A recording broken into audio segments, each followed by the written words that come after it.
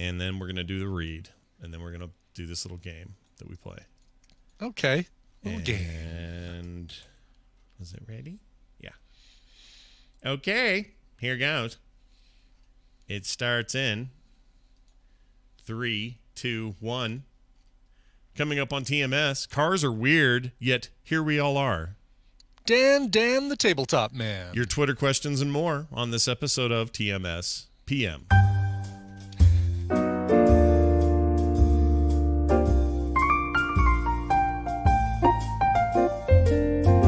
This is the morning stream, but it's not in the morning, it's at night. TMS PM.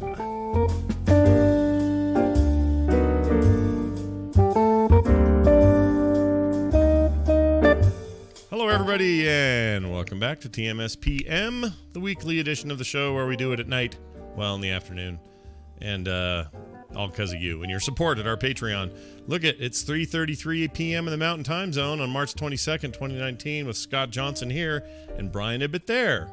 Mm-hmm. Yay! Why do I always have to be there? Why can't I be here? I don't know. Why are you always here? All right, Brian Ibbett. I'm always there. Here. Scott Johnson there. No, I don't want it anymore. You don't want it anymore. I don't want it anymore. Novelty's worn off now. Did you watch the weird puppet thing today? The movie for tomorrow? Did you already watch it? Oh, I watched it last night. No, okay. I haven't started it yet. I'll be watching it today. So Tina looked at me. So when you said, but you're not gonna have to worry about me. I love this thing. When was the last time you saw The Dark Crystal? Probably 2 months ago with Carter. Not too long Oh, ago. really? Yeah. That recent? Okay. Mm-hmm. All right. Oh yeah, we're fans here. We like that thing a lot.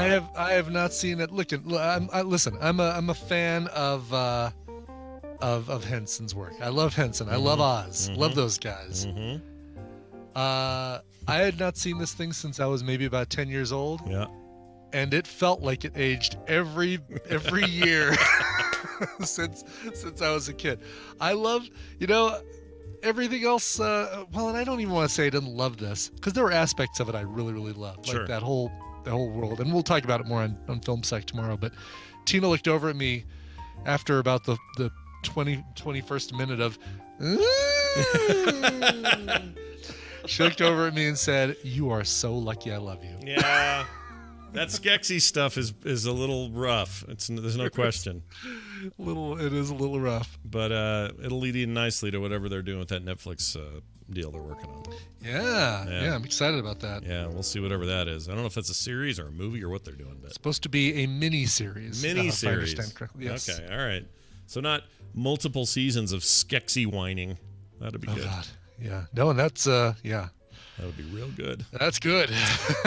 We don't need that business. No. I'll tell you what we do. Well, I don't need this either. It's been kind of a pain in the butt. But I thought I'd just tell everybody that we've had a bit of a ring around the rosies car experience here in the Johnson household.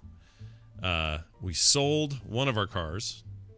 We had 2 cars. We sold one of them to my daughter and her husband because their car was pooping out and they needed another car. So we sold them my car, which was already paid off. I paid it off years ago. It's just a normal-ass Ford Fiesta. There's nothing fancy going on. Just a small, compact, reasonably priced car. Sold them that. They sold their car and got cash for it. We got the cash from that, plus whatever they'd saved. So then we had a little cash. And so we thought, okay, what are we going to do now? And it was either try to help Nick get something that was kind of poopy for not lots of money, or we give him the Honda and then he can pay us for the Honda, like payments to us, and we could figure out something else for Kim and I. And also now we don't need I don't need another car. We are one car's plenty car for Kim and I. Right. We got stuff to do, places to go. We got one car to do it. We got Uber if it all falls apart. It's fine. I don't need. Can you Uber me to the Habit Burger, please? But for the first time in our entire marriage, there are not 2 cars out there with one my name and then her name on it, because usually that's kind of how it went. She'd have to take the kids a million places. I'd have to go to work. We'd have to commute. Like you had to have 2. And it suddenly hit us, like, in this case, we're like, no, we don't need to replace the one. I'm good. I'll just I have a set of keys to the car, the family car. Right. And Nick gets to however needs to because he's going to take the Honda and take ownership of it and pay for it, and that's good because that's a good thing to have him do, you know. And does Carter have her own car? She doesn't drive because she hates driving. That's right. Okay. She hates it. She doesn't like it, and she's probably going to be fine because her whole future is automated and electric, so it won't matter anyway. The question I'm going to ask you is not a question like this would be the only reason to have a second car, but so when that car is in the shop getting worked on, getting new tires put on or something like that, your new one, you're just going to kind of rely on Nick to get you back and forth to the dealership and stuff like that. Hey Nick, can you pick us up? Take us to the place? If something like that happens, or if not, there, you know, we got neighbors and friends and people who do it. An Uber. So or whatever, or they give you like the place we have right now. Sometimes they give you a loaner. Yeah, they give us a loaner. Sorry, not a boner. The place that we use gives us a loaner, so we're probably okay that way. So here's what we did. Kim's so wily, man. Took no cars, left no cars. Yeah. Exactly. So she's such a good deal maker. Mm-hmm. She's going around just kind of looking what her options are and trying to figure something out. We don't want to do anything outrageous. We want to have easy payments. We want to quickly pay that one off like we always try to do with all our cars. And so she's looking around, and we're not thinking anything special. She ends up at a Volkswagen dealership. And I really like the Passats, and I like the Jettas a lot. Those are nice cars. Mm-hmm. And the Passat in particular, but they've always been kind of out of the price range, or, you know, you may as well get an Accord, or, you know, there's just always some reason why you don't end up with a Passat. But I have a friend with a Passat. He loves his, relatively newish. His is, I think, a 2015, and it's been great. So I thought, well, you know, it'd be fun to even at least look at those. So she goes over to Mark Strong Volkswagen. Oh, not Mark. Okay. Just Strong, I think. Strong Volkswagen. Okay. And apparently, since Volkswagen tried to cheat the EPA thing, you know, remember that deal? That's right. Yes, the safety deal. Yes. Or it was emissions, wasn't it, or something? I can't remember now. Was it emissions? It wasn't a safety thing. I thought it was a brake thing. No. No, I think it's emissions. I thought it was emissions. Yeah, like a year ago or something. Yeah. Right? Okay. Maybe a little bit more. I can't remember, but as a result of it, they got hammered with fines and took a big beating in PR and in the public square and all of that for, you know, being a-holes. And it was flogged publicly. Yes, and it was their diesel. That's right. Zero Cool 890 says it was their diesel thing that they basically had. They claimed some almost near zero emissions for that car, and they were fudging the numbers. Anyway, as a result, they have been kind of in this mode of, okay, we screwed up. We're going to give everyone great deals. We make great cars. They're already super reliable and rad. And you know what? We're just going to drop prices and give you bonuses. Please buy a Volt. You know, they kind of went into that mode for a couple of years there. And so I kind of had my eye over there going, I don't know, maybe, you know, if something makes sense, I'd look at those guys. Well, anyway, so Kim's snooping around. And this is insane how this worked out. So she finds a 2018, not a 2019, but a 2018 brand new Passat. And by brand new, I mean it has 14 miles on it. That's it. Wow. Okay. 14 miles. Full leather. That one's sitting on the lot for a while. Exactly. Full leather complement, full surround special sound thing, all the cameras and the smart stuff and the hoo-ha and the remote ignition and all of it. I really shouldn't. But all the amenities that you would want to get, like it's the top end maxed out thing you can get. Memory seats and heated front and back seats, so they both have the heated bum and all that. Yeah. So all this kind of stuff, normally completely ridiculously outside of our price range. We're like, no, we're not going to do that. Here's the deal. This is what's great. So this car was meant to be one of the loaners that the dealership would have on hand. If somebody brought in a car to be worked on, this would be the loaner they would drive around. Okay. It just never happened that they needed it. They had too many loaners, and this one just sat there with its initial 14 miles on it, and that's it. Like literally 14 total miles on it. Wow. And so they said, well, it's your lucky day because if you do this and this and this, we'll cut you a deal. Well, then we're like, well, we'll look around or whatever. Anyway, we finally worked these guys down to the point that we in effect saved 10 grand on this car because of its weird status as a loaner, because of another rebate thing they were doing, and because they're trying to push out 2018s and keep, make room for 2020s. Mm-hmm. So they don't want 3 years of a car on the lot. They were kind of not desperate, but they were ready to let that thing move. So after it's all said and done, if you include Nick's payments to us, the money we got for the car we sold to the other kids, It's like this. We're getting a car for $10K less than it was. So instead of 30 grand, we got it for 20, and we're virtually not really even paying for it because all the payments we get every month plus the other cash we got and the down payment basically make it so we just have another car. Yeah, we're breaking that's even. awesome. Yeah, so hats off to Kim. I still don't even know how it totally worked out, but that thing is a smooth, sweet ride. It's the color she loves. It's like all this stuff she loves. It was the only one they had, and they were like, "Oh, please, let's make a deal. Okay, we'll cut that out. All right, how about another $2 grand off the sticker if we do this?" And like it was just this like chink, chink, chink, chink, chink, chink, chink. Why aren't we having her kind of help do the negotiations down in Vegas for? I know. We'd have everything would be nailed down by now, and we'd actually have a sign on the marquee coming up. I should have put her in charge of all that. But it is also my first experience outside of that rabbit that guy stole. I've told the story years ago on the show, but it was an old like 1980s era rabbit that I had. Other than that, I never had a Volkswagen. I know you had a Beetle for a while. I had a Beetle. I loved my Beetle. Beetle was cool. And I forgot how much I like European sensibility about interiors. So what I'm used to is Japanese and Korean cars and American cars where you sit in them and they're just overly... It's not an efficacious use of the internal space in most cars. For whatever deal is, I don't know what's going on with those Germans, but the Germans, they're like, we like to have as much room as possible for the feet and the legs. And they're like, they don't go nuts with like curvy inside. It's like very efficient and like, this goes here. It is perfectly balanced over here. Right. And I feel like I have so much room in this freaking car. And it takes up less space in the garage than the Honda did. So basically what we're saying is the Germans have a similar weird body shape as Scott Johnson.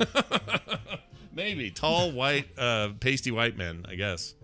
But it used to be... Don't say anything about the color of your skin, Scott, but okay. I made it racist. But in all of the cars that we owned previously that we've had recently, I fit like a sardine in there. It's awful. Like I just don't fit in them, especially in the back seat. Even Kim's Accord is just a little tight for me back there. Carter hates it because she's also a tall person and gets all jammed up in there. There's so much room for me to like back my driver's seat way up and put it back. And someone can still sit behind me with big legs. It's crazy. The Germans, man, well done. You got to figure it out. Well done. Yeah. Brian, tell me about the listeners that you interacted with. Yeah. Well, so today I met up with a couple listeners who are visiting family from who live here in Denver. They were visiting from Iowa, came out here to Iowa, and decided to have some fun with a surprise. So Chris, the husband, says, "Hey, it's my wife's birthday. She doesn't know that I'm, setting up this little meetup with you." And he asked earlier in the week, said, "Hey, I'm going to be out there. Any chance we could do a meetup? Maybe grab a cup of coffee or something?" Like, yeah, sure, why not? Decided to do it right after the Weight Watchers weigh in, and so I said, "Hey, I have an idea. Don't tell her why you're out here, and I'll just walk into the coffee shop. I'll order my coffee. I'll grab it, and then I'll just randomly sit down on your table and start talking to you like like nothing." Yeah. And so we're like, "Oh yeah, cool." So it's exactly what I did. Although when I walked in, she says, "Oh wow, that guy kind of looks a little bit like Brian." And he looked over and he says, "Nah, I don't see it." Nice. So I had a lovely time hanging out with them and talking and getting to know them. Chris and Amber, I don't know if they're listening now because they're running around doing stuff with their family, but when they get a chance to finally listen to this, it was awesome meeting you guys. You guys are super cool, and I hope you have a great birthday weekend out here. Yeah. Prior to that, I decided to stop by Home Depot and pick up. So I had some time, so I decided to pick up I needed some spray adhesive. I'm going to put up a couple more of these sound absorbing screens here in the studio room. Right. Are they foam? Is that they are? There. Yeah, these right here. Let me see them. These little squishy guys right Oh, here. yeah. Sure.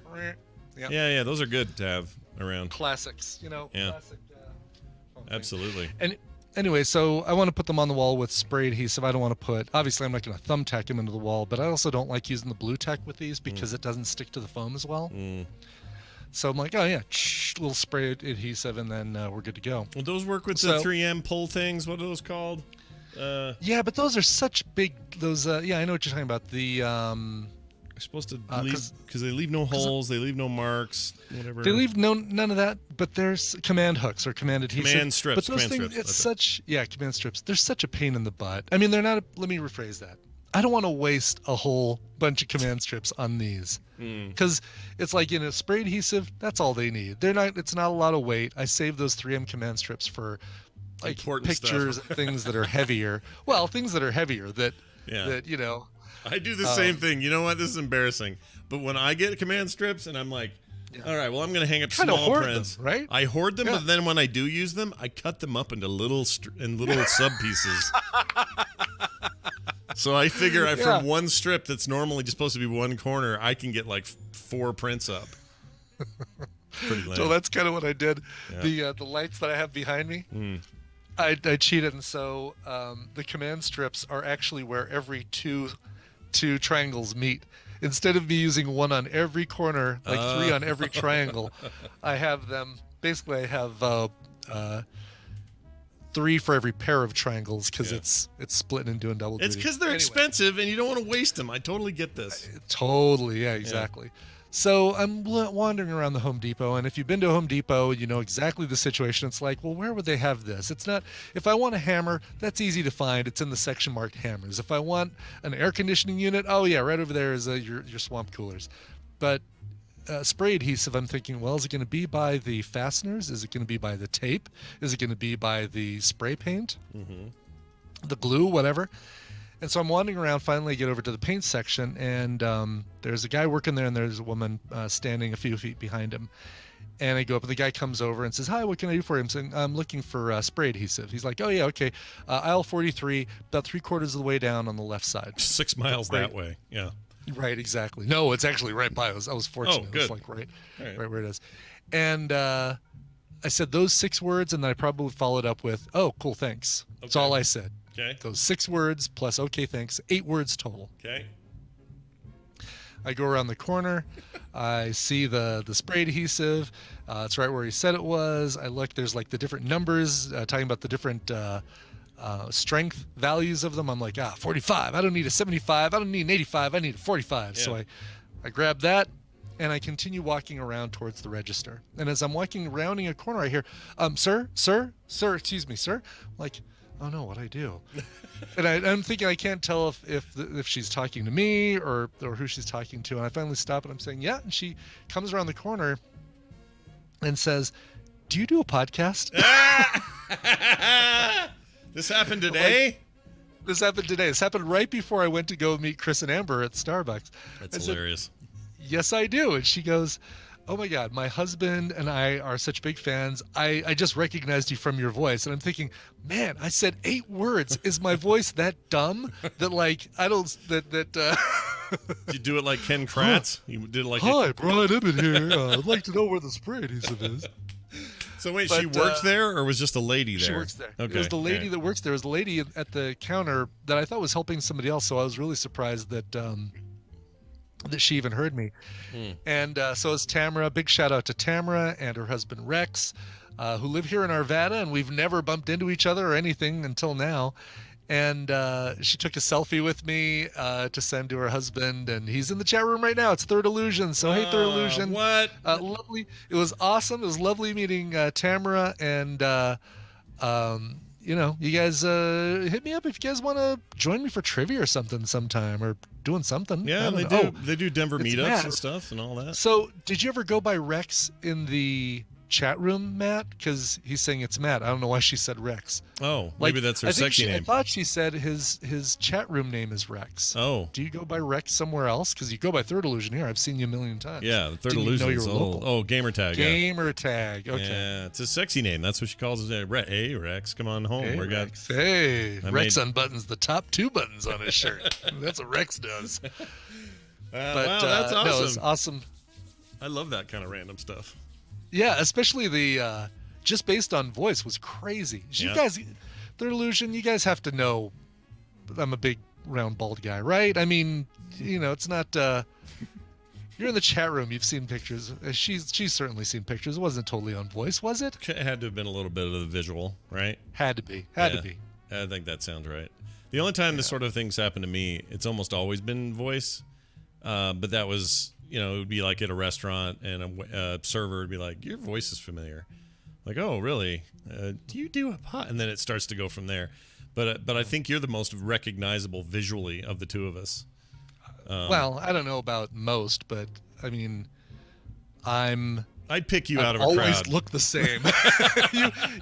Your visage has changed. Your visage has changed over the years, but but I've kind of always looked like this. So, and I'll just say this: I look a little bit smaller today, and that's because I'm down 1.8. No Justine today. Justine Bateman, not there for the last 2 times, and this new lady just really doesn't get me. Right? Okay, so there's the lady that has been there kind of the whole time, and I should know her name. And then there was Justine. Justine's been gone for the last couple of weeks, and there's this new lady, and she's like, "Oh, hi, good morning.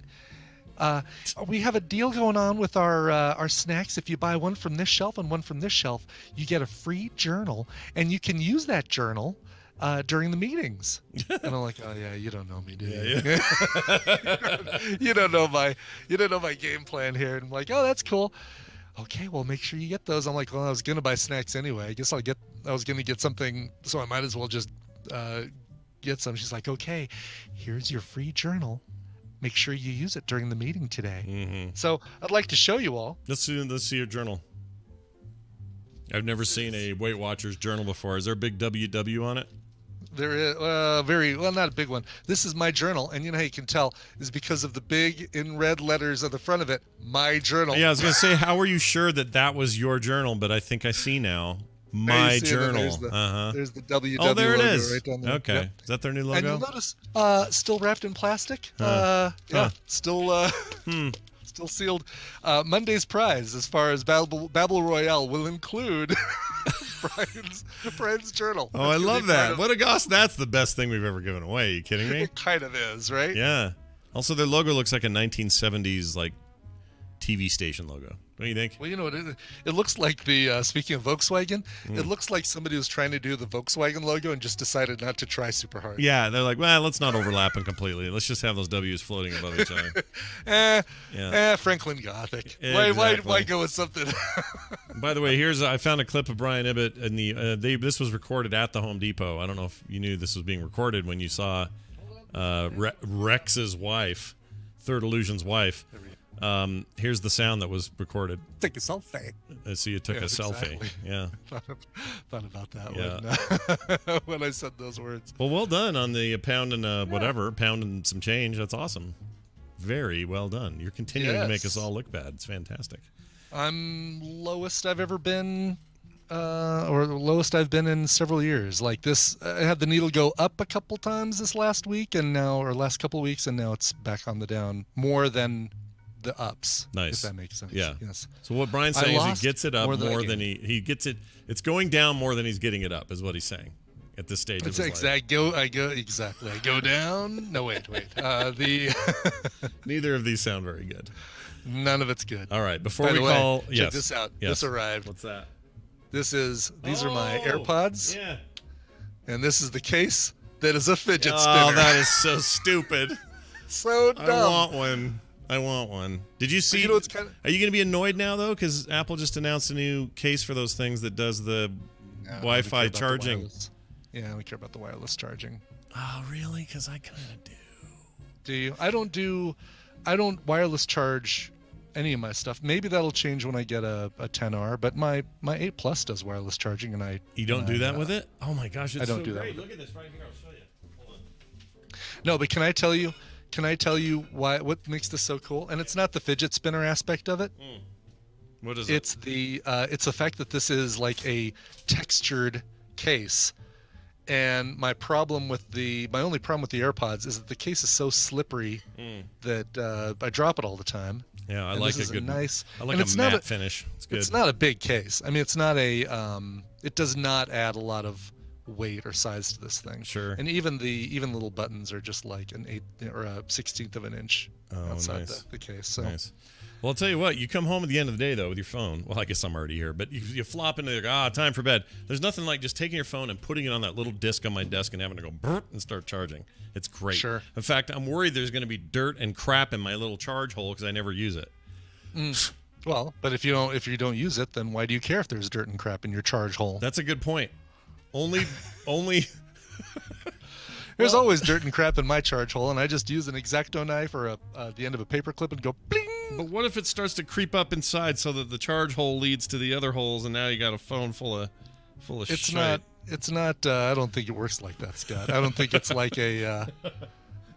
It's not a spreading disease. You're saying? Yeah, it's not a. It's that's a cul-de-sac, not a.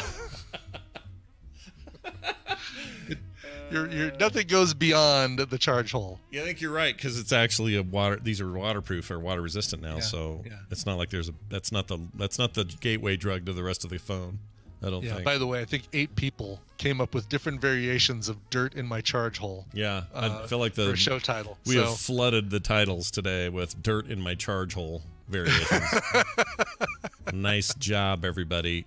Quick email from Jim from Long Island. I thought this was important to get out since we're talking about phones. He says he has a cure for robocalls. Says they seem to like to call me on my day off at 7 in the morning, so when I answer it, I will screw with them until they start asking for social security numbers or bank info.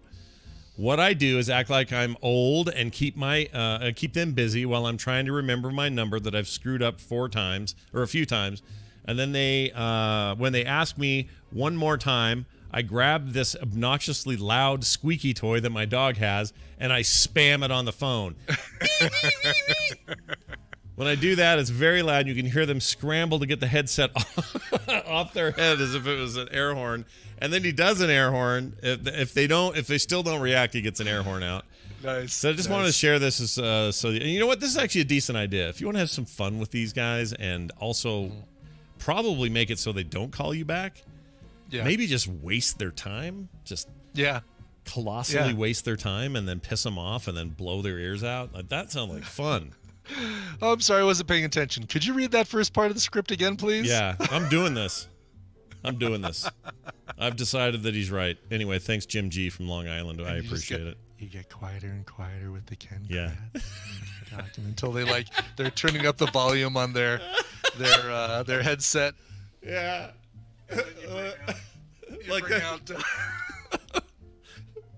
I'm sorry, could you say that again?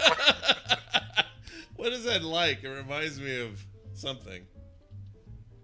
Why is that? Oh, I know, it's familiar. We did it to my science teacher in high school just to torture him, and then and then it's also in an episode of Faulty Towers where he does that to a lady who has a hearing aid. Yes, right. Whispers until she finally turns it up. The horrible lady that she's horrible and she won't turn it up because my hearing aid. It wastes batteries. Yeah, exactly. Hey, just making me want to watch that show now. That's what you've done. Well done. Great show. It's the best show. It's my favorite comedy of all time, I think. All right, I'm going to call Dan. Call Dan. I think it'll work. Here we go. He does this. He does Skype. Boop, boop. Oh, hey, Wayne, it worked. Hey, Dan. What's up? What's going on, brother? How you guys doing, man? Doing all right. You have to introduce me in that German voice, man. Oh, yeah. It's Dan. He is calling from the back of the pharmacy. He has put 2 Oxycontin in his anus. Hey, if I put him in my charge hole. Hey, is it true that if you put drugs in your bum, or alcohol, it's faster? It does the job quicker? It depends on the drug, because actually that's a pretty good way to get it in there. So when there are actually drugs like diazepam, which is Valium for everybody else, but they have diazepam that's available in a rectal gel for people that are having seizures and stuff like that. So when people are NPO, if somebody can't get things in orally, there is, I think it's a 60 to 80% absorption rate in the rectum. Wow, that's crazy. Yeah, it is pretty cool. So wait a minute. Because that's what those kids were like. But not everything can be absorbed by your rectum. Now, let me correct that. So hold on. If I'm just trying to imagine this. Let's imagine I'm an older person at a restaurant. I have a bad case of epilepsy. Right. My doctor's recommended gel form diazepam that I am to squirt into into my hand and put in my anus. So you would probably already have this. So it's called Diastat, and it's rectal diazepam gel, and it comes in these. It looks like a rocket. And they're pretty funky because the doses are dialable. So before we even dispense it, we have to dial up the dose and click it in there. And you would carry these things around. And if you started having a seizure, it's going to have to get up there and shove that thing right up your bum hole. That's what I mean. It'd be like, oh, I'm starting to seize. Hold on a second. Like jam a thing up your hooter. That seems terrible. Yeah. Well, I mean, those are generally for people that have a lot more status epilepticus and a lot more, uncontrollable seizures a lot. We have some patients that'll get as many of 15 boxes of these things a month, which is that's 30 doses. Now, I don't know if they're actually using the whole thing, but they're prescribed and they just keep getting them. But that's a lot of freaking rectal gel. That's a lot of benzo in your system too. Yeah. Because that stuff you can get hooked on that and have. Yeah, and you're really talking about people that are quadriplegics or similar, or just, I mean, for lack of a better term, sometimes vegetables already.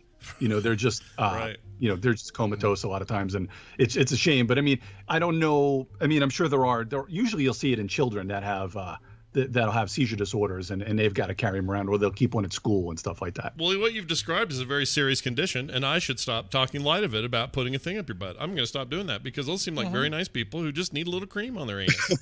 Yeah, but there are people though. It is when you talk about, let's get into the druggy aspect, because that's where more fun that way. There are people that kind of like when they talk about like track marks and stuff like that, and then they'll start using it between their toes and crap like that. So I mean, there's absorption. You've got there are receptors in your ass.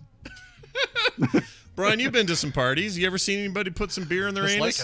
Just like a Saturday night at its house. No, but I mean, we heard about those kids who were doing the soaking tampons in vodka and then shoving them up their rectums to get a quicker drink. Wow, I'm going to the wrong parties. Yeah, no kidding. Apparently. My parties are boring. Maybe we're going to the right parties. Yeah. That's the way I'd like to think of this. Exactly. You know what? Dude, I got to thank you, by the way. Ooh. Dan, because Gans shown clever it's like one of my new favorite things on my iPad. It's great, isn't it? Oh man, it's so fun. So it was my recommendation last week, and I just wanted to thank you. Since you weren't on last week, I could thank you this week. Well, I appreciate it. I wanted to tell you, and I'm going to use a little vernacular from my southern wife. When I listened to the last week's show, it warmed my heart to hear you explain Gone Clever to Scott. It was like the birthing of a game teacher. It was amazing. Nice, good, okay. And I was actually gonna nab that after his recommendation again, and I still didn't do it. I mean, it is very intimidating. I see these screenshots and I just go, oh yeah, don't. You'll play it twice and it'll be like, oh, I totally get this now. I mean, it helps that the app highlights the places. It'd be like if you had Yahtzee, and when you rolled 5 dice, all of a sudden different spots on the board highlighted saying, well, if you kept these, then you could go for 2s, or if you kept these, then you could go for a small straight or whatever. Right. So it does help that this game kind of gives you hints at that, and plus also tells you the order in which to do things. But still, download the game, just do while we're talking here, and then go to YouTube and watch that guy from Board Game Geek explain how to play it, because he uses the actual dice to do it. And that's the way I learned it. If you try and learn it from the text in the app, you'll be like, I don't freaking understand what I just read. It is a lot. It's like going through a huge rule book, even though the rule book itself is only like 2 pages, but it's a little confusing in the app. But the only thing that'll be a little hard is just getting used to what the scoring actually is. Because all of a sudden a number will come up, you'll be like, well, how the hell did that happen? And it'll show the numbers and stuff. But after you do that takes a little longer to get where those numbers come from. But if it's right, 2 games of that, and you'll be sitting on a toilet for hours. Because you won't want to get up. It's like, one more game. Yeah. No suppository necessary. That actually brings up a good question. As someone who plays a lot of board games, do you, as a rule now, do you just go to YouTube and watch the video to get the explanation of how to play them? I know a lot of games now come with a tiny URL that says, want to learn how to play the game quickly? Just go to this URL and watch our video, as opposed to reading the book. So there's a couple different types of players, and then there's a couple different types of videos. So there's a few types of players. There's people that just show up and always get taught the rules, and then there's always that guy. And I tend to be that guy where I have to teach my gaming group the rules all the time. So it makes it a little harder because it's stressful too, because you don't want to screw up. And no matter what, you always mess up one rule or two when you first learn a game. But I'll usually read the rules, and then I'll go to. There's two guys that do it. So Rodney Smith is Watch It Played. You'll see a lot of his videos. He actually kind of also works for Board Game Geek.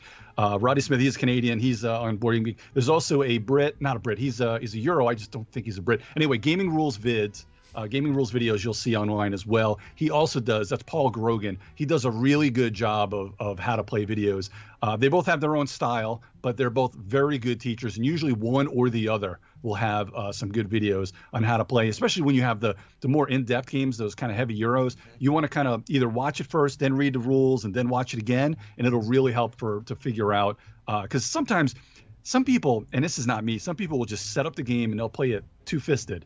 Man, I can't just play a game by myself to try and learn the rules. I've got to see a video and then just play it with my friends. But yeah, there's a lot of good ways. Didn't know what you meant by two-fisted. So you have 2 points. So you have the two players set up, and you play them both, and make sure you have one beer for each player while you're doing it. Yeah, I gotcha. Yeah, Double-fisted. Yeah, let that sink in. So yeah, go ahead, Dan. Scott, you always ask medical questions, and I had a question for you. Go. So a bunch of people came back from SaltCon, which was a couple weeks ago. Yeah, it's held here in Salt Lake City. The Salt Lake City guy. Yeah, yeah. So what the hell is up with the crosswalk flags? Oh, yeah, this is easy. This comes up a lot, though. So they have an ordinance in Salt Lake County specifically, especially in particular, it's for downtown. There are some crosswalks where they're four-way stops without lights. Oh. And so the idea is that they needed another way to sort of beef up safety there without going nuts and putting lights in on every single possible place. So the places that were just a little fishy, like, well, traffic's increased in this area, so we need to up the safety of these particular crosswalks. It's either that or we go full, timed cross lights, and that's possible too. But there's like this little interim choice, and the choice is they put a basket on both sides of the cross, whichever direction you're going, and in that basket are a bunch of wooden dowels with orange flags attached to so they're basically flags, little flags, and you're supposed to grab one of those when you're walking across the street, and you hold one of that, and when you get to the other side, you dump it in the other basket. The idea is that you are more visible because you're holding this bright hunter orange flag. And why people are always blown away by it is this wouldn't work in most cities. For some reason, nobody steals these here. Like, I've heard people say, dude, if this was San Francisco, all of those flags would be part of a rad new tent that a homeless guy built later that night. Like, they wouldn't stay around. But for some reason, nobody steals them here. They just use them, walk across, stick in the thing, and keep going. So that's what it is. It's not every intersection.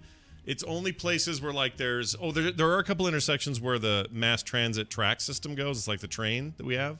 Right. And there's some intersections where those are not light directed. So they have them there as well to kind of give, people walking across there, gives the train dude a chance to see a little extra orange in case he's coming real fast. And these are better at night. They're also a semi-reflective flag. They're not just cloth. They're made out of some kind of, I don't know, you angle it in the light just right and it kind of gets brighter, almost like a reflector. So it's that kind of thing. So you use them at night. So they're basically like you have for kids, like what do you call that? Crossing guards? Crossing guards, yeah. Yeah. It's the same idea, except this is just, hey, you're an adult, grab a flag, walk across, put it back. So it's a weird locally thing. I haven't heard about it in too many other places, but everyone asks about it when they come here. So is it like one of these things where there'll be a meeting and be like, yep, Bo got hit on 5th Street. Better get a damn basket of flags over there. I don't know. I don't know how they make that decision. And then they're not, like I say, out where I am, there's none. They don't even exist out here. But and I probably never saw one until I saw one downtown. So I think downtown's pretty much the only place you're going to get it. And it's just like this, it's almost like the honor system that actually, for some reason, we found a little piece of an honor system that works. And I'm sure some flags go missing, but it's never a problem, and nobody paints on them, so you're not walking across to somebody's freaking Nazi thing or whatever. Just pick up the Well, you wrong have a hard one all time of a out sudden. across the street and be like, I'm crossing the street. Yeah, it's a street I'm going across. But like somebody in the Hobbs Dog says, yeah, Frog Pants, downtown and schools and libraries, I guess some of those would have, there's probably some schools that have just the flags and not a crosswalk guy. I don't know. But it seems to work. And there's some people who just walk and don't care. Like you shouldn't, it's not like people walk up and go, this is like Logan's Run. I must take my flag and walk very carefully across the thing. All hail the final moment, whatever the hell they do in that movie. Is that how I get admission to the nudie room with the flag? Yeah, that's With the the flag, one. yes. If you have the flag, you're in the nudie room every time. It is an odd little thing, though. But I remember once Adam Carolla on his show said it was his favorite thing about Salt Lake City because he says that it proved, because he used to go to Wise Guys downtown. It's a comedy club down there. And he said it was proof that it was actually a nice city to be in because nobody was stealing these flags. Like in his mind, if nobody takes the flags, that must be a sign that you have a decent society around those flags. I don't know if that's true or not, or if that's just him goofing around, but it made me have a little pride for a hot minute there. Adam Carolla from The Man Show likes us. Woo!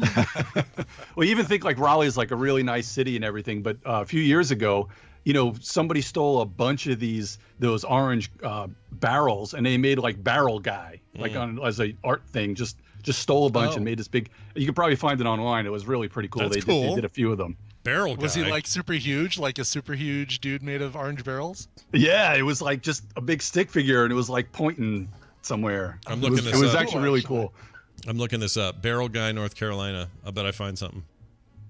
You hope. Oh my gosh, dude, it is. You know what? Is this cool, isn't it? It's really cool. And there's a couple other examples on here that are like someone made a dinosaur out of a bunch of them. But I assume this top one is it. There's this guy made out of like safety barrels. Oh, that's awesome. Isn't that rad?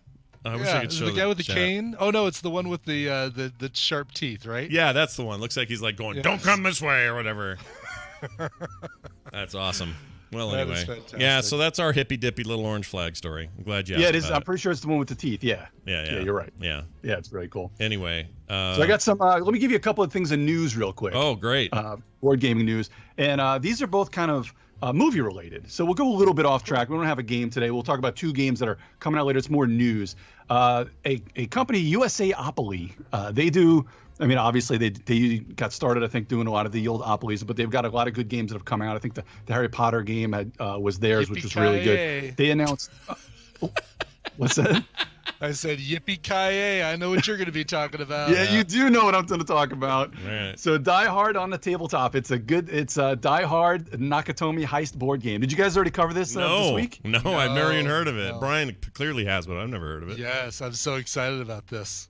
It looks really cool. It's 2 to 4 players. What's really kind of weird is so it's a one versus many game, and normally one versus many kind of have like the one is kind of the bad guy, and all the many is usually the good guys. Like Dracula, there's usually everybody else trying to get Dracula, or Betrayal at House on the Hill and stuff like that. It's one versus many. This is going to be one versus many, but the one is going to be John McClane, and everybody else is going to be the thieves trying to thwart him from. Well, they're trying to steal everything, and he's going to try to go around, not capturing them. Like you The do. reverse of the one versus many. Sure. Exactly. Is it surprising that this is not a dice game, seeing as it's called Die Hard? Like, wouldn't it be great if it was like a... I wouldn't put it past them. That actually is a great idea. I don't think that's not just. That's not only a great idea. That's a glaring omission that there's no dice involved in this game. Because seriously, I'm gonna Die have Hard. to jot Come that on. down. We may have to start coming up with something for Die Come Hard. up with our own Die Hard game, yeah. Yeah, that's ridiculous that it's not in there. But I guess we'll take it for. So, what yeah, we but do get. you know what the other one is I'm going to mention? I don't, because this is the only one I heard about, and as soon as I heard about it, I'm like, oh, I'm pre-ordering this as soon as I can pre-order this. So What's the other one? the other one is it's a very hard license to come by, and they just announced kind of the remake of the movie. I think you guys have talked about this fairly recently on FilmSack as well, but they're going to be reprinting. So now let me give you a hint here. We're talking about intrigue, backstabbing, and sandworms. Okay, I'm in. Okay. Dune. Oh wait, yeah. Dune. So the license to Dune, they finally figured out. Somebody tracked down and managed to wrangle the license to Dune. The good news is that it's by Gale Force 9. Now, Gale Force 9 is one of the best IP game publishers. Usually IP games suck. but this is one of the few publishers that I trust with an IP like no other. They did a real good job with Star Trek. They've got a good job with Doctor Who. They're really good at that. So they're coming out now. There's not a whole lot of information. These guys have a Homeland the game. Homeland the game, like Homeland Security the game. Homeland the TV show with Claire Danes. Oh, really? Wow. Yeah. I haven't heard much about that one and the what was the FX show with about the motorcycle gang? Sons of Anarchy. Sons of Anarchy. Yeah, they have one of those that's supposedly decent, but I haven't played that one yet either. Was that AMC or was that? It was AMC. I thought that was. Was FX. it AMC? I thought it was FX. Are you sure? Oh, was it FX? I think Okay, it's FX. I thought it was AMC. I thought they're all kind of the same. You know what? now. You know what? You're absolutely right. It is FX. Yeah, they had a lot of swears and a couple of nudies in there. Not that AMC couldn't do that, but FX. It was right around the time I was watching Preacher, and we were like, oh, we got to keep. The Walking Dead was off, but I was like, no, we got to keep FX because we're watching this. And same with is Preacher still AMC. on? Is that a thing? Can I go? It is. It is. All right. I'm gonna need to catch up on that. You managed to find the worst freeze frames of me. I gotta get my internet checked. Dude, you have the worst hot. pictures. It just freezes on ugly face. It's good. I like it. I think it's a good look for you, and we're keeping it forever. So, all right. This whole IP games usually suck thing is also true of video games. That's been a problem for a really long time, and hardly anyone ever does a good job. However, when you tell me that a board game gets it right, that makes me interested. Also, there's a bunch of Dune licensing going around for actual video games happening in light of that movie being made. So there's a lot of rumbling in general about all this Dune business. Do you have any specific hopes for that thing? Like any kind of, I don't know, idea what you think it might be or how it'll play or any of that? Well, I think it's so they kind of remade the game. Fantasy Flight remade it into it was in the Twilight Imperium universe. Mm-hmm. I was going to call it like Imperium Rex or something like that came out a few years ago. It was kind of like a remake of it. And it's a decent game. There's a lot of really cool way that the factions play that I think will be really good. And I think if they can re-implement that a little bit, I'd like to see them change it a little because, to be honest, as fun as those things are, I don't like getting backstabbed every 2 seconds. Like some people really dig that sort of thing. But if I'm playing a game, I want to be able to kind of trust deals and stuff. Like there are some games that it's coming, so it's not that big of a deal. But a game like this is all about political intrigue, and I'm making a deal with Ibit to go against Scott, and then meanwhile Scott attacks me, and then Ibit just backstabs me like the next round. It's kind of like scares the that sort of thing gives you a little bit of agita when you're playing, and that's not a great feeling. But I'm sure it'll be a pretty good game. Yeah, I couldn't be more excited about all things Dune right now. I can't wait for that movie. I can't wait for everything surrounding that movie. Like this is going to be, I'm as excited about this as I was about Blade Runner or Mad Max for that matter. Like these are all my genre picks that I want to see get made now, and man, so excited. So hopefully the board game and related content are also good. Sure. Once it comes out and I get to play it, I'll be sure to bring it back as well. Yeah. So tell me about what we should be playing this weekend. Is there any particular game we should be picking up and going? Well, I do have a good game. I don't know. Actually, this might be a pretty good one for both of you guys because it's a great 2-player game, and it's based off of a game that it's called Hiroshima Hex, which is a 2-player game, 2-player kind of grid game. But this is the fantasy version. It's called Monolith Arena. I feel like Tom Merritt. I've got it right here. Monolith Arena for you. Hiroshima Rex on the iPad. I love that game. It's really good, and it's perfect for iPads.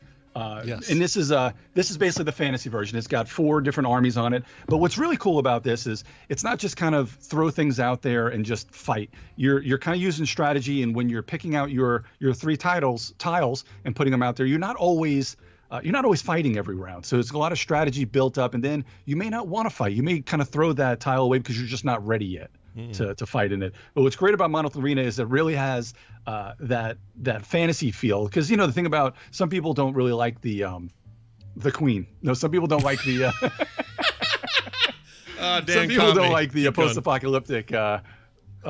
Genre, but they're both pretty cool, and there's a lot of there are a couple of new armies that have come out from Monolith Arena. This is by Portal Cup Publishing. They just had a 20th anniversary of putting out games. So this is a real solid one. It's a great 2-player game, great for spouses, significant others, or playing with your kids. it's a ton of fun, and I highly recommend that one. I want to play everything you just talked about because people who don't like post-apocalyptic things can all bite me and go away. Dan, you should have you watched any of that stuff on that Netflix show, that Love, Death and Robots at all? I watched 3 of them last night. Yeah. And my wife was sleeping, and I got to one of the ones that there was. I don't know. Did you say it's in random order? Because I watched 3 of them. There are 4 different order possibilities, and my order went the 2 kaiju type fighters in the pit with the people who mind controlled them.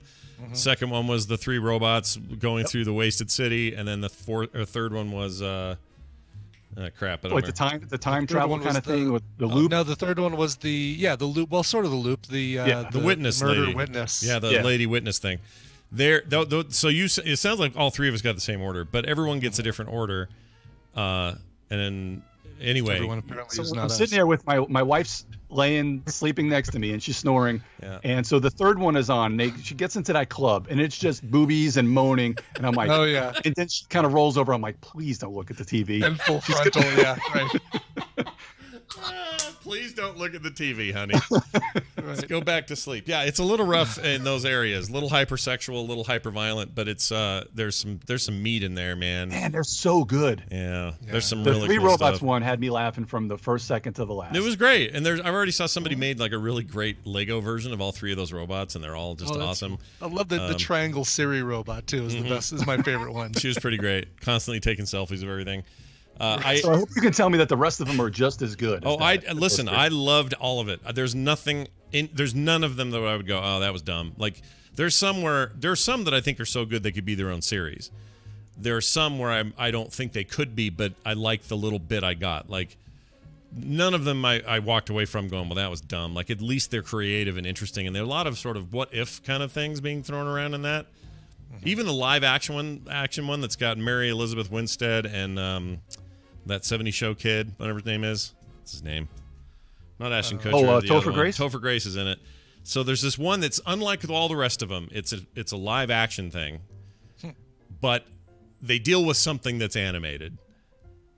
And that one could never be. That is absolutely meant to be a short subject. It should never be anything more than that. But I still loved it. Like there's just a lot of. It's just so much variety, and I found all of it interesting. I think Zima Blue might be my favorite. I can't tell. I just loved all of it so much. I can't wait to watch the rest of them. I've been savoring them, but when I ran out, the pain was real. I bet it was. I totally believe it. We can't be done. This is it, really? Yeah, I'm sure they binge so fast because they're so short. I know that I'm going to get to the end and I'm going to think the same thing. I'm like, oh, where's season 2? Yeah, they better be making it or I'll be pissed. This thing's been a big hit for them, so I think they probably will. I don't think they need. I'm not a prude about this kind of stuff. Obviously, I've been singing this thing's praises. I don't think they need to be quite so. Oh, it's sex in an animated thing, or that's or is gratuitously violent in a couple of places. Like I don't know why they feel like they have to do that. Well, it's fairly natural in the first one. Yeah. The first one I watched, it's fairly natural and it kind of had that theme. But the third one, other than the club, the constant boobs when she's running around probably wasn't needed. No, you don't need that. Wrap her up. Right. She's just let's be a little nicer to our female protagonists in our shorts. You know what I mean? Like that's all. That was my only complaint, really, and it's not much of a complaint because on the whole, I think there's just like some serious creativity exploding in those things, and I'm blown away by all of it. And if they don't keep making more, I'm going to be severely pissed. I wonder if they're trying to show, hey, look what I can do with boob physics. That means I'm hireable. Yeah, boob physics. Right, exactly. They're gonna like slow-mo when they're in some meeting. All right, check this out. Notice when she lays back, it kind of flattens out a little bit. Yeah, I did that. Yeah. And how are that was very specific, Brian, your example. I liked it. Well, I was trying to come up with like a example that they would use. This is very, very good. Watch as she's running through the streets of Tokyo. See how they bounce? I did that. Yeah, see, there you go. Even better. Anyway, boob physics aside, Dan, it's always good to have you here. I hope people take your recommendations to heart, and it's always fun to have you on. Anywhere people can check you out when you're not here? Well, I want to recommend if anybody's out in the Maryland area, this weekend is Unpub, which is the Unpublished Game Festival. It's free to the public. You just go in and play unpublished games by a lot of really good designers. It's at the Hunt Valley Inn in Hunt Valley, Maryland. I won't be there, but there's a lot of great game designers and there's a lot of great people up there. It's a lot of fun. And like I said, you just go in, sit down, and play some games that haven't been published yet, and you may see them coming out next year. Nice. As for me, I've been doing some cool stuff with the Major Spoilers Network, Steven Schleicher and gang. I've been doing twice a month. I'll be doing the Munchkin Minute, which will be just board game news. That'll have about a 10-minute show on air. And I've been doing a Top 5 Express board game edition. Oh, very nice. Which is a ton of fun.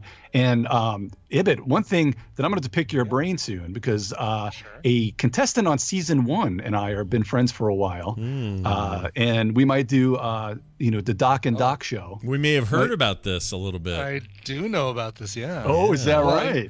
I know that I know who you're friends with, and it had no idea. So, yeah. He's one of my favorite. I'm not going to say who this person is because there's still episodes to be posted, but he's one of my favorite aspects of the entire competition. So I think if you guys did something cool together, that would be a great catch. Yeah, it's going to be a lot of fun. I've known him for a few years because he's been in the board game community for a while too. So I've known him for a while, and a real solid family as well. Yeah, he seems like a cool dude, and I would listen to whatever you guys make. Let's put it that way. Appreciate it, boys. Hope you have a great weekend. Dan, have a hell of a weekend. We'll see you later. It's actually there's light where you can't see him as well, but he's got light where he lives because it's because of the daylight savings. Usually he's in the dark. 6:30 and on the East Coast for him. So yeah. So this screen grab, look at this. I'll put it in our Discord. You can see. Look at that. It's almost like wow, daytime. Super bright where he's at. Yeah. It's pretty good. Huh. All right. Well, thank you for that. Gosh, we're about out of time, actually. You know what? I'm saving your ass TMSs for next week, everybody. That's how it's going to be. Okay. Oh, do one. Just one. All right, we'll do one. We'll do the number one top one that comes in here. I'm sure it's Peter Fisher. Probably is. It almost always is. Here we go. And you can always follow me on Twitter. Here we go. We got one from, Rishi B. Oh, speaking of America's Next Top Podcaster. Yeah. He says, if you woke up tomorrow with powers from the Force, a la Star Wars, for only 24 hours, what would you do with your powers? And he also asks if we want to be a Jedi or a Sith, but we'll answer the first thing. So, Brian, what would you do with your Force powers if you had them for 24 hours? I'm such a greedy SOB. I would totally go up to Blackhawk to where the craps games are, the legal gambling in Colorado is, and I would totally play some craps and ding, make the dice go the way I wanted to. Yeah. I mean, what other practical thing can you do with Force powers? I think you're actually making that's the right one. I mean, you can also do the you don't need to see any identification. They could do something with that. But what do you do? When do you use that? That's a really good. What's his name? Sir Alec Guinness. Alec Guinness. Yeah.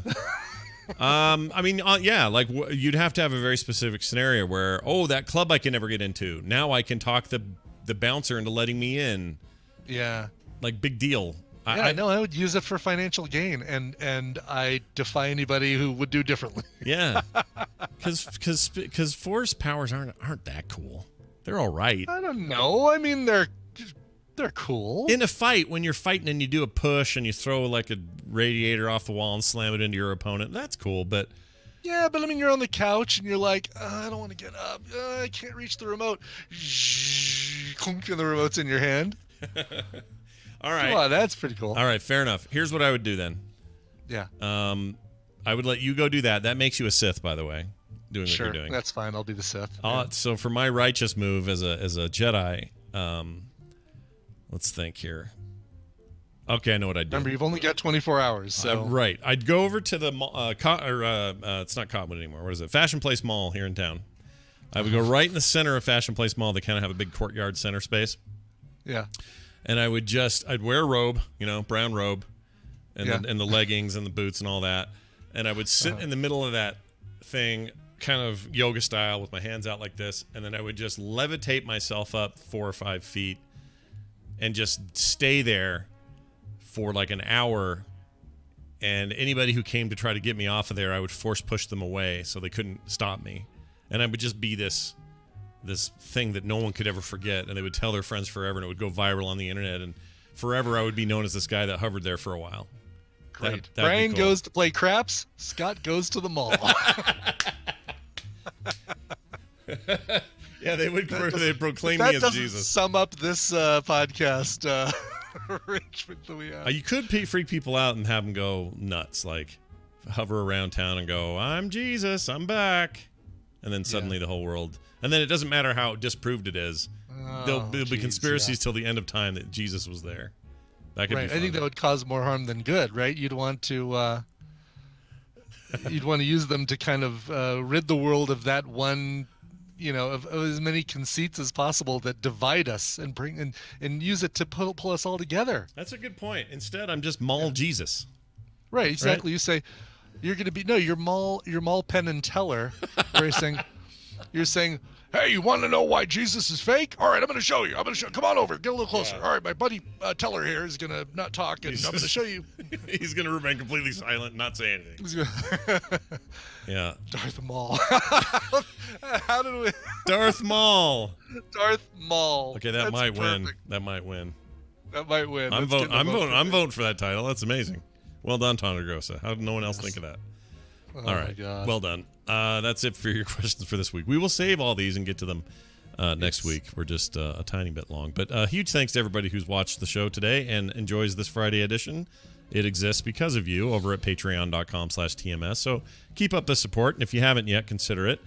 Also, last week, I know I screwed up. I didn't put the song on the end of the show on last week's PM.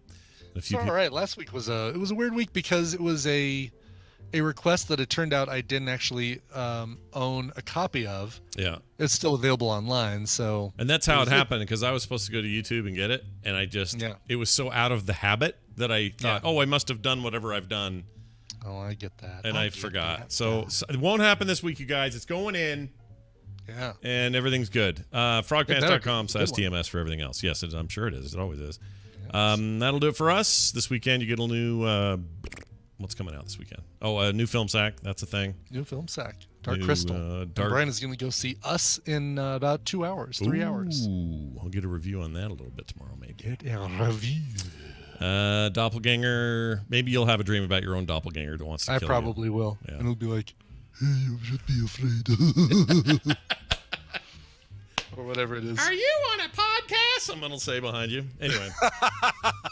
And yes, Zoe brings bacon. There will be Dungeons Q&As tomorrow. We finished our first run, and we're going to do a Q&A. Cool. Yep.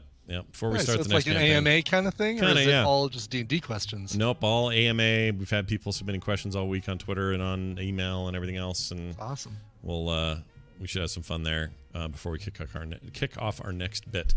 All right, that's going to do it. Brian will now regale us with song. What do you have? I will indeed. Stuart Cooper wrote in and said, for the third year, I'm taking part in the Walk Off the War Within to raise awareness of PTSD in the military and emergency services. This involves walking 20 kilometers, that's 12.5 miles to you and me, carrying up to 20 kilograms, that's 44 pounds to you and me. This represents the burden of mental illness these people carry. I myself am a volunteer with my local emergency service and the son of a Vietnam veteran, so I fully grasp the burden this represents, and I hope the people in this situation can get the help they need. So he requested something inspirational and or propulsive to help him walk. Whoa. Probably going with more, you know what? I'm going with both of them because this is a propulsive, inspirational song. Originally done by Iggy Pop. This is Lust for Life, probably best known for its use recently in Train Spotting and I think Carnival Cruise Line commercials. Wow. A weird combination of things. The version you're going to hear, though, is a band called the Zimmers. They're an English rock band that was formed in 2007, and they were able to boast that they had the oldest members of any group in the world. The oldest member at the time in 2007 claimed to have been born in 1906, although some sources were saying that he was born in 1913. But it was still, he was still close to just over 100 years old, or close to 100 years old, depending on which of those numbers you believe. Sadly, a lot of the members, if you go to their Wikipedia page, a lot of their members are deceased. But when they were together and rocking out, they were having a great time. And this is a band that there was a really cool BBC documentary on, the Zimmers, about this this group of elderly people They were doing rock covers. They also did a great cover of Firestarter by The Prodigy, which is also worth checking out. This is the Zimmers from the album Lust for Life, the song Lust for Life. This show is part of the Frog Pants Network. Frog Pants Network. Get more shows like this at frogpants.com. Windiggy. Whoa, I haven't used that in a while. Windiggy. All right, let's see. Pause audio and video.